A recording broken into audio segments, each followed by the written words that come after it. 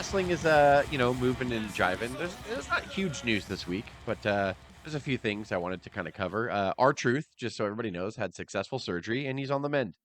So What actually was the injury, Jess? Sorry. oh fuck, why? Of course you asked that. I don't know. I didn't read it. I just saw he posted something from a social media where he was in the hospital bed And he has saying a that very cute he's wife. Like he yeah. posted it like right before he went in with a beautiful wife. I was like, I've never seen our Truth's wife before. Like, good Yeah, job, buddy. I just know that he's doing okay because he posted that and said thanks to everybody who gave him all the well wishes and that he's on the mend and he'll be back and stay tuned or something like that. So that's good. Just a little note to start this off that he's I like doing that. fine. I like it. And that any kind of knee injury like that, by the way, at his advanced age, and he looks wonderful. I don't think anyone on this call would think he is over 30. He If tore his you quad look at tendon. That's what he did. yeah, so he tore his Little quad tendon. search That's a for you. serious injury for people who are in their 20s and 30s, and he's 50 or pretty close to it Tearing your quad ain't fun. Like at this yeah. point. So good for him, and I hope he's back. And I think no matter what, he's been with the company for so long, he's got to do something backstage. He probably already does, but I think when he comes back, it's time for him to get out of the ring. You don't need to be taking injuries like that at 50 years old or whatever. I think he's got a lot of value to provide to the back. I think He could train in NXT. He can be a producer. He can be a bunch of stuff. So I think there's plenty. I think at worst case he can train one of their bodies, a like, commentator, a color commentator would be great. Like a great role for him. He'd be great. Yeah. So, Like yeah. the I think third there's man a. in those. Yeah, I think he's one of those lifers. He's like a Steve Lombardi. He'll be there for a long time. I hope so. I hope so. Yeah. I enjoy seeing R-Truth out there when we get the And chance to see speaking of WWE, we saw Austin Theory cash in his Money in the Bank on this past Raw for the Man. U.S. title, and he lost. He didn't. It failed, Oh, which how is the hilarious. tides have turned. I mean, dude, Bobby Lashley punished Seth almost, to death. Yeah. And So to set it up, just to set your point up, so Bobby, Seth was out there. Bobby came out, beat him down, and then all of a sudden you hear Austin Theory's music. He comes down, cashes it in. Sorry, I'm just keeping it sure narrating to people who didn't see it, and then Theory loses, so which is great. Yeah, How did Theory still lose? Like Seth just kind of recovered, or yeah, he recovered eventually and pinned him legit. Yeah, it wasn't like I don't think it's a lack of faith. I think that Austin Theory shouldn't have been put in that position to begin with. Vince was out of touch. We can all say this, and some people didn't want to say it. Some people said it all the time when Vince was there, but we've always kind of maintained that he's lost touch a while ago. And then he re-surrounded himself over the last 5 years with people like Pritchard and all that stuff who were just, I know Pritchard denies this to his dying day, but like they're just yes men. And so he just wanted to surround himself because he's a publicly traded company, so Vince needs a certain level of comfort. And yeah, like he changed NXT over the last couple of years that he was there. He changed a lot of stuff and he was out of touch. And now that they're bringing it back, I think that Austin Theory is amazingly talented. I think Triple H and Shawn have all the faith in the world in him. I just don't think that the role that he was put in as McMahon's chosen one was working out because people were kind of giving him like get off my TV heat. And when Joe and I were there live at Money in the Bank when he won, and the place groaned really loud, not in a good way, when he got the briefcase. So Austin Theory has been kind of forced down our throat. That was the whole critique on the Vince McMahon regime the last 5 years to even 10 years, to be honest. Was like when you could you'll tell, like what I tell you to like. Yeah, wrestling audiences could tell when Vince is shoving something down your throat, and they will collectively groan, and it's like the air got let out of the arena. And it sucks because Theory is a really talented professional wrestler. He did great at WrestleMania. Like he's done everything performance-wise that they've asked of him. So I don't think he's being punished at all. And I think people that are saying that, oh, the bloom is off the rose, I think they just want clicks. I think that Austin absolutely has a future in the WWE, and Triple H and Shawn know that, and they will take very good care of him. They're going to repackage him. This is not a popular opinion. I think he's a face. I really do think Austin Theory's a face. I think that when they had him do a lot of stuff with Paul Heyman, when he first got the briefcase and he was like hinting that he was going to cash in on Brock, they had some amazing interactions there where he was like messing with Paul Heyman, and he came across to me. I'm like, he's a face. Like he's a face right now. Like, and he's doing it not knowing he's doing it. So I think that's just my personal opinion. I also like him as a heel as well. I think there's something to that, Jess. I think to your point, I'm telling you, I think Austin Theory can play both sides, and I think that he's going to be, and I think that Triple H and Shawn are just fine with him. I don't think it's doom and gloom at all. Not to mention, like the whole selfie persona. That's not bad guy behavior anymore. That's not what that is. I mean, the generations of today, that's normal. That's what people do. So to try to say I'm going to take a selfie, I'm going to be a bad guy. I think people are like, why is that bad? Yeah. To your point, like Jake Paul did it, and it got a lot of clicks and I was just thinking hundreds of thousands of views when he did the frog splash and coming off the rope and it was part of his thing for his content. Let's segue into that, Craig. So before, since we did the last Unscripted, the Crown Jewel happened. Yeah. And did you guys both saw it by now, right? Yeah. Oh yeah. Yeah. It was great. I thought it was a solid show overall. Yeah, it was a good show. I don't think it was as good as any of the other stuff or whatever, and it was just furthering the storylines. But the main event, I guess we'll talk more about that. Jake Paul against Roman Reigns was better than anybody ever expected, and he's taken to this wrestling thing, Paul. Just amazingly, and I know doesn't change. Dave has his reasons for not liking him, and when he first got popular on social let's media, be real, it's not because of his ability, it's not because of his work, right? It's everything he's done before that. But the guy can go. I'm not mad about that. He gets pro wrestling, and he's one of those guys that really is like adored pro wrestling for a long time. So if people think he's not putting in the work, you're absolutely wrong. He is putting in the work. He has been putting in the work. He has such a fragile presence on YouTube and on social media. And I mean that in the sense of like, he knows he cannot afford to fuck up because everybody wants him to fuck up. So him and his brother are very careful about what they do, not to make themselves. Yeah. People are like, oh, it's kind of fixed in a sense. I'm like, right, because they're making tons of money off them winning and then them bragging about them winning, especially when it's somebody of lesser or some over the hill fighter or whatever. Like that's their whole gimmick, guys. Like they want you to get pissed at them for, oh, you won't fight any active fighter. Of course not. On the popularity of it too. Like so now Jake Paul's getting into, quote unquote, the F word, fake professional wrestling. And he's doing really well, and people are pissed at him. But he's actually kind of becoming a face now. People are actually cheering him a little bit. So I'm very interested to see, now that he's in Triple H's hands, I'm really interested to see like how, unfortunately, he suffered a serious injury, a knee injury. It must be going around, must be in the WWE water. So he's going to be out for a bit. Up, he said it came in like really towards the middle of the match. So when he did that frog splash, apparently it was already injured. Which I was just like, are you kidding? And it made it worse. I think he said when he landed on the table, it made it worse outside. Oh, I'm sure it did. Yeah. So now I think it becomes how serious is it? And they get him back for Rumble? I don't think so. So he probably will be back for Mania, but who knows? Who knows?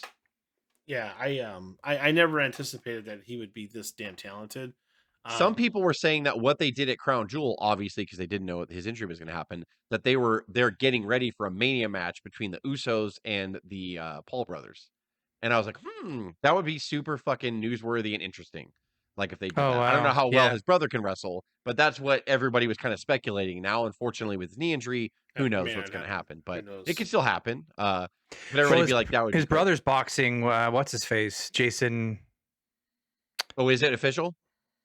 And I think they're negotiating for it. He just beat Anderson Silva, and then now he's moving on. By the way, though, by his brother's own admittance, what's his name? There, Tate, the other guy, the other Joker on social media. So that will be a big match actually, because I guess his pay-per-view buys with Anderson Silva were disappointing.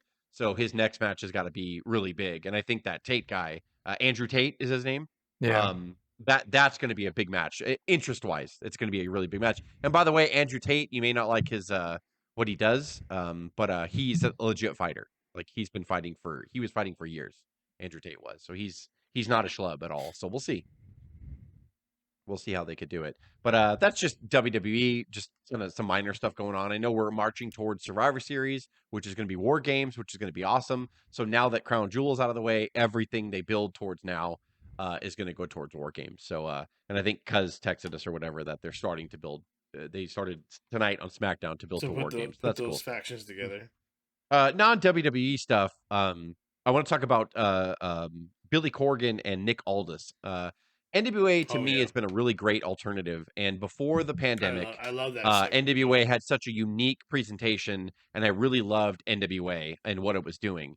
It hasn't been quite the same after the pandemic, and I guess Nick Aldis just announced that he's going to be leaving. His contract is up in January, and so he said some stuff on social media because Billy Corgan started it, and then they suspended him. So now he's not even going to serve out his contract on television. They're going to let him ride off in the sunset, which is unfortunate because Nick Aldis really did help bring that brand back. And Did he have the belt? Is he sitting without the belt? No, he didn't. He hasn't had the belt for a bit. So he was the guy, I guess, when it started. So I heard him on the I am not Sam or whatever podcast. Is that the right? He's on WWE television a lot too. And he talked in length about it. And he's been on a couple other things too, a couple other programs too. And basically it's a shame. And he's and I I hope Billy Corgan is a little bit more level-headed than this, but he's basically like it's a vanity project for Billy Corgan. Obviously, he makes most of his money off the stuff from Smashing Pumpkins and all the rights and stuff that he has. Sure. And NWA is kind of like, he's a wrestling fan. NWA, he wanted to buy TNA Impact originally, by the way, and Dixie didn't allow him to do it. So he bought NWA instead. And he resuscitated it. And because of Nick Aldis is like, I didn't take paychecks. I didn't do a lot of stuff. I was back to being an indie wrestler, just wrestling. I was the NWA champion, but Billy didn't pay me at all. I got paid by the third-party booker when I'd go into their territory or their indie, and I would get paid by them. Yeah, there was then Cody came along with the YouTube station. There was not much to pay out. So that was even before that. And then Cody came along and said, "I want to start a program with you." And then before AEW was even a thing, they had the All Out or All In. It was All In. That original pay-per-view before AEW even announced that it was going to become a thing. Nick Aldis lost the title to Cody. And it was and then Cody lost it back a couple months later. So like Nick Aldis was like, I didn't get paid. I did editing. I did like YouTube shows for free. All my free labor was to Billy, and Billy was kind of a silent partner. Billy would just say, "Hey, I'll fund it, but I trust you.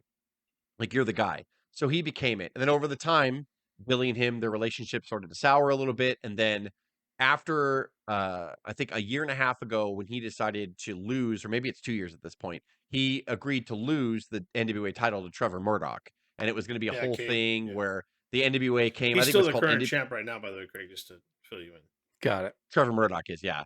And so they did a pay-per-view called NWA 73, and they did it, and Flair showed up and all that stuff, and it was a whole thing where Nick Aldis finally lost the title to Trevor Murdoch. So that was all Nick Aldis's baby. And then right after that, Nick Aldis had everything laid out with Billy Corgan. This is how I'm going to do things afterwards. I agree you should take the title off me. I think it's time for someone new. Let's make a story. Let's make a feel-good story with Trevor Murdoch. Let's do the whole thing. So they did it, and he's like, here's who I'm going to feud with after. And then eventually I'll come back to the title picture or whatever. Because he was a firm believer of when you run a wrestling company, your world title picture should anchor your product. And so I guess after he lost the title, Corgan came to him and said, I'm going to be more involved now, and I'll take it from here. And like all this is like, what are you talking about? And he's like, no, I mean, I'm going to kind of be more hands-on. I'll do the booking. I'll take your feud from here and all that stuff. And I just want you to kind of just be an employee. Just do your thing. And Nick's like, okay. And so from that point, it started souring over the past year. And I, as a fan, after the pandemic, it hasn't looked the same and it has not felt the same, the product. So it makes sense. And he just said, and Nick Aldis is so well-spoken. He is not emotional when he talks as far as that. He's not angry. He's not spitting venom. He's just talking. If you watch him, he is like so well-spoken. He's such an amazing he's representative. Kind of an incredible dude. I mean, yeah, and he's done so much for that company. He's like, just don't forget he said that people that recently came in there, like has gotten Billy's ear and basically told Billy that, well, you never really moved the needle with Nick. And Nick's like, of course it moved with me, because he's like, it was nothing. It was a dead brand, deader than dead could get. And he was like, when Billy bought it, he was like, I can't understand how anybody would say that it didn't move. Yeah, and so I guess, and then Billy started talking shit about Nick to Mickie James, which you don't do because that's his wife. And so, like, I guess that's when it started, like, getting sour. And I guess Mickie James produced a pay-per-view with the NWA called Empower a couple years ago, which is the first ever women's only pay-per-view. I want to say it was before WWE did theirs. I could be wrong. I could be wrong. They're I don't know. But I thought it was. But it was close, and so it was a big deal, and I guess it was financially a success, and it did really well. But Billy backed off it and didn't really give her credit for it, even though he put her in charge of it. And it was a whole thing. The water started getting muddy a couple years ago. So I guess like basically he signed Nick signed an extension in January, and then it's coming up for expiration in 2023 January, very soon. Sure. And so I guess like basically he's like, I was a good soldier. I didn't say a word. I didn't do any interviews. I did everything he wanted me to do this year. And now that it's within my area in my contract where I'm allowed to verbalize if I want to leave, I went and told him I was going to leave. And then Billy Corgan went on an interview and said Nick is basically politicking and it sucks. And they previously had talked together about doing an angle like that where Nick was going to do an angle against Billy on screen. And so at first Billy was like, "Oh yeah, it's just an angle, it's just an angle." But then like I guess people in the locker room started coming up to Nick going like, "Yeah, it's kind of fucked up what you're doing, man. You're pushing yourself to be world champion again." He's like, "Wait a minute. Like this is an angle that we're supposed to be shooting." So I guess Billy and him had a falling out in a weird way. And so Billy just came up to him and said, "Well, I'm now within my contract and my legal time to tell you that I'm putting in my notice. I'm done when my contract expires." And so now Billy's gone forward and just said some shit. And then Nick now is doing the tour and interviewing and trying to defend himself, saying, "This is bullshit. Like, I gave everything to this guy for free. I didn't ask for any money. I didn't ask for production credit. I didn't ask for shit. I did all this stuff for the last 3 years with this guy for fucking free. And now he's coming. Now he's trying to like shit on me and saying I'm politicking." If you had to guess, Jess, Corgan worked himself into a shoot. Sounds like that's probably what happened. And got that is, and I think that also too, like he said there was a lot of times where Billy would put him in shitty positions, like that when he had a falling out with Thunder Rosa, because Thunder Rosa was on NWA before she went to AEW, and I guess Billy had a falling out with her, and so he called Nick and said, "Hey, I need you to kind of like call her, and I need you to kind of put your neck out there for me." And Nick's like, "You do know that you're putting me in a real shitty situation by doing that, right?" And Billy's like, "Yeah, just make it happen." So he did it. And it sucked because he took the bullet from Thunder because he was like the representative of the NWA because Billy put him in that position. So that's when things started to sour. And then when he took Nick's booking kind of privileges away, he's like, "Dude, fuck! Like you're cutting my legs out from under me." And then business sucked.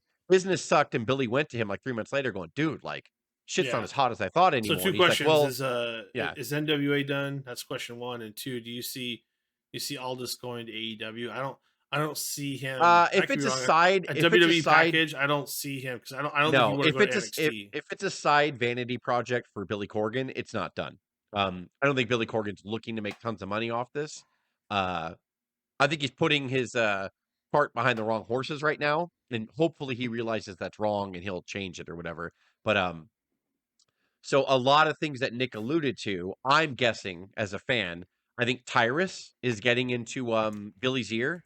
And I also think Bully Ray is getting in. And by the way, I can appreciate Bully Ray for the talent that he is, and he's one of the greatest tag teams ever. And I think that Bully Ray has a lot of talent.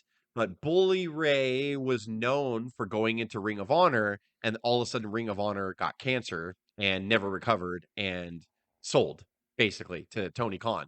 So Bully Ray, I don't think is a very good producer behind the stage. I think Bully Ray is full of shit. And I think that recently he's been on a lot of NWA programming, and Nick's like, you can put 2 and 2 together, and the people that have recently showed up in the last few months, you can tell who's in Billy Corgan's ear. And Bully Ray was the most recent one that came in there. So I think that Bully Ray is a cancer, and he's spreading his cancer again in another promotion. Where do you see all this going? I don't know. I don't know if Billy's going to get rid of him.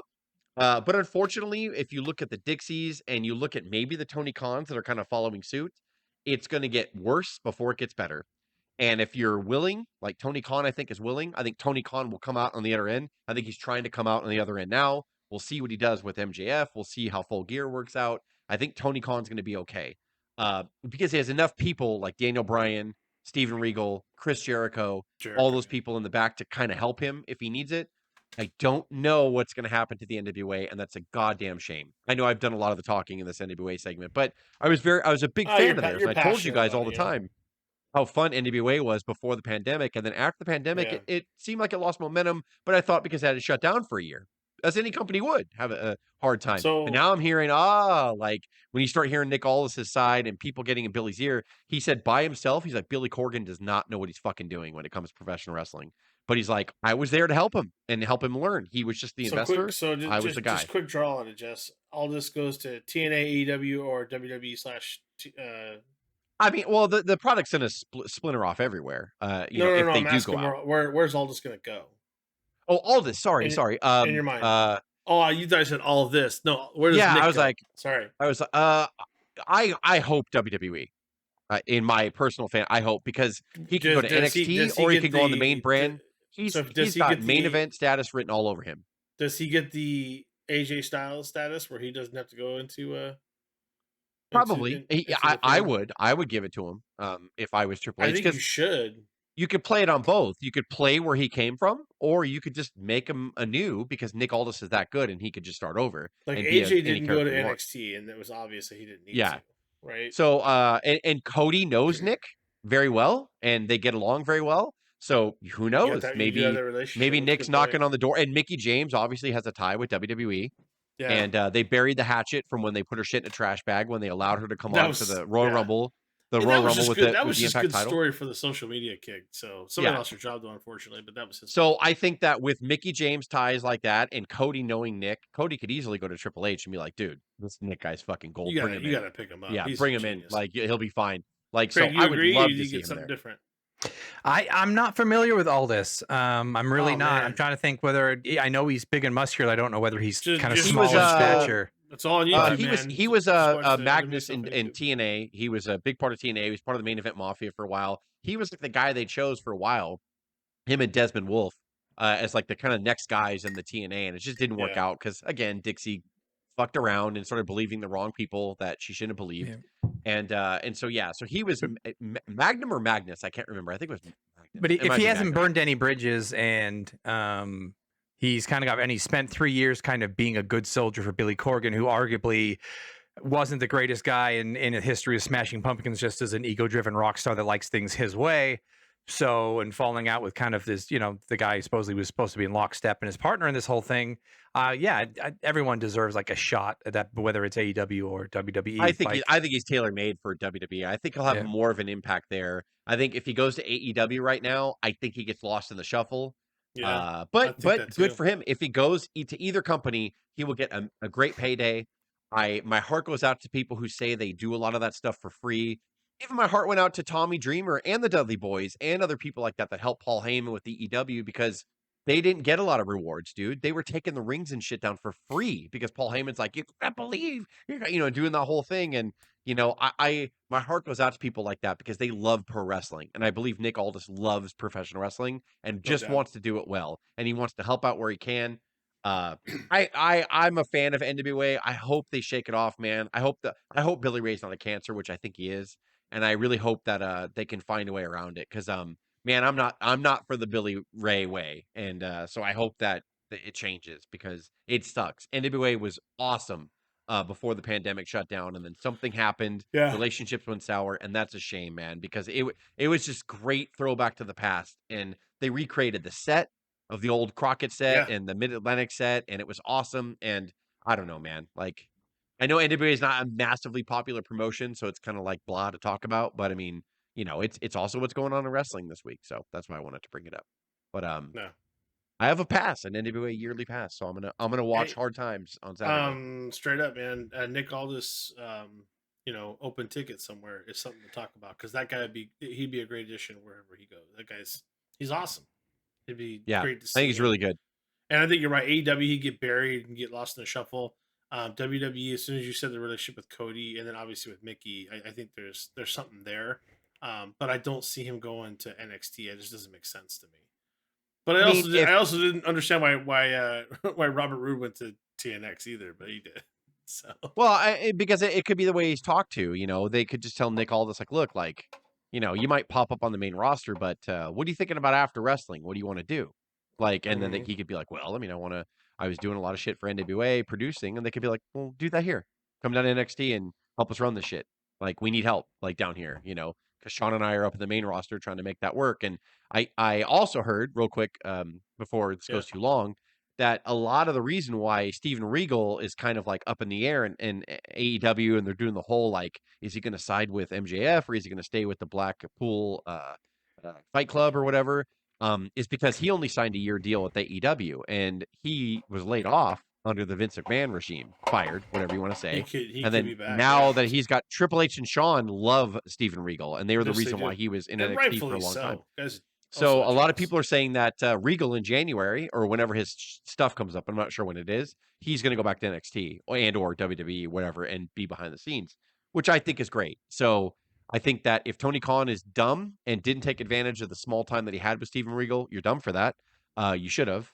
But I don't know if Steven Regal You is should even have going to locked him re-sign down with for a longer AEW. deal. So Steven Regal might be floating back over to NXT/WWE very soon, which would be awesome behind the scenes, because a lot of people say that his reign back there and behind the scenes and everything was the best point of NXT. And, when he was commissioner on TV and stuff like that on the programs, that it was like the best time for NXT, which I agree. So we could be seeing a lot of shifts like that behind the scenes powers, like going back and forth soon. You don't see a lot of it's.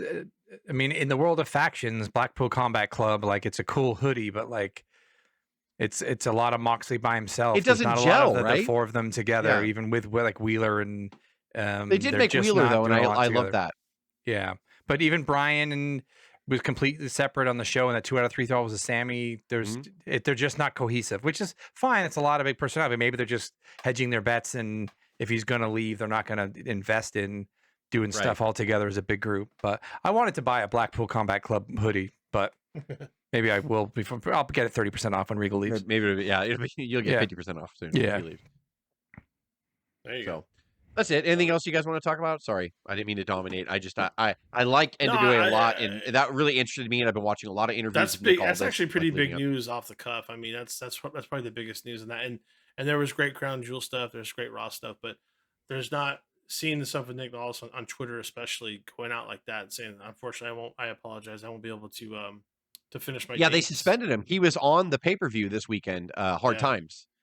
He was on it, had a scheduled match, and then basically Billy Corgan's like, "You're Just suspended." No. Yeah, just pulled him. pulled So sucks.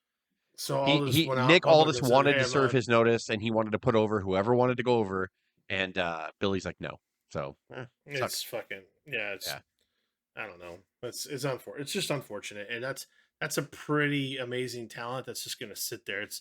It's funny because I don't want to compare it to the contracts in WCW, because what you got all the great people in hindsight first, and then all the big contracts where the people are like, they're not that good in the ring. But this guy waiting out 90 days and not doing anything is kind of a detriment. And to your point, he would have put somebody over, and he would have done it in a big way. He would have done it right because he loves the business. He's not gonna fuck anybody over. It's just egos at play, and that's awesome. unfortunate. And Nick Aldis, I don't want to say he's getting old, but you don't have a ton of matches left. He's been doing this a long time. So no, and the fact that he flexed his behind the scenes muscle, and he did this documentary on YouTube called 10 Pounds of Gold when he was talking about the NWA title, and it was great. It was like received really well. He did all that shit for free. Like, so. Oh, and apparently, talking about documentaries, apparently there's like a Teddy Hart documentary on Peacock, which at first I fucking heard about that. I didn't know. I haven't watched it. Which was supposed to be like, he thought it was going to be like nice to him about being like cousin of Bret Hart and that he loves cats and stuff. But the weird stuff about Teddy Hart is like all his controversy and drugs and his girlfriend went missing and all that stuff. Like, unfortunately, that dominates like his whole persona. So I guess that whole documentary like dives into all of that, like just a disaster of a human being, all the potential in the world, but like just a disaster of man. His story is really sad.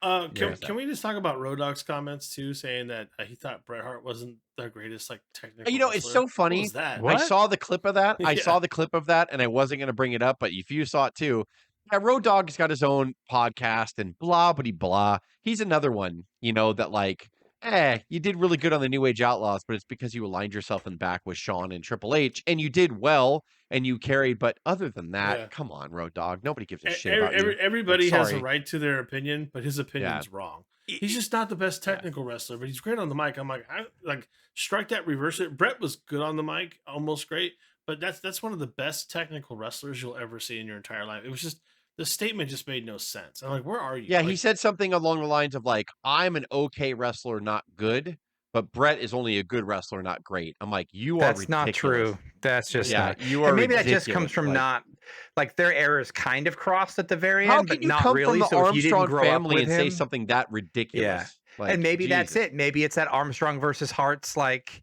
there's some bad blood there. It's like we didn't get any kind of thing. The Armstrongs get no love, but it's all about the Dungeon and Stu Hart. Like, and he wasn't that fucking great. Yeah, believe me, my family. Sorry about that. Listen, Road Dogg. I know you got to fill podcast time or whatever, but stay in your fucking lane and just understand that you only made it because Sean and Triple H just liked you and Billy in the back. And by the way, Yeah. Billy's still fucking over, and you're not. So fuck off. Like, stop bringing up Bret Hart. Shut the fuck up about him. Why? Billy Why talk about can him? go Like, right now. Billy can go Yeah. right now. You don't think Bret Hart could wrestle fucking circles around you? Bullshit. He could do it now. Like, so Yeah. stop it. Just stop. Not to mention enough. he could hurt you. Like, Yeah. Yeah. I'm glad you're making podcast, memes or sound bites or whatever, but just shut the fuck up. Stop it. yeah. Well, he's getting what he wants. He's getting hits. He's Yeah. getting people talking about it, I suppose. But Yeah. I think that's a good spot to leave it. What do you think? I agree. Alright. Scooped his heat. He scooped it Everybody. right up, bro. Have a good week and Scooped it and took it. scoop your all heat. I don't know what that means. I mean, I know what that means, but I didn't. Craig had a better ending. I should have sent it up when Craig said that. I gotta go. Just say it one more time. Scoop my heat. It's from the Bret Hart documentary when he's going over the Wrestling ending with to Shadows, which is great. Wrestling with Shadows, and he didn't want to do the ending because he would. Bret Hart says he's gonna scoop my heat. Take He all was the talking cheers with from. Patterson, right? Was it Patterson? Yeah, going over. And it was like whatever he's they were gonna in do the with ring of an Sean. empty arena. Yeah, and the shot and- was like far back, and he's like, "Sean's gonna scoop my heat." He's He's talking about the end of SummerSlam '97. Brett. Great Oh stuff. man. All right. It's the best. Everybody hit Maybe stop. he scooped Road Dogg's heat. Stop. Bye.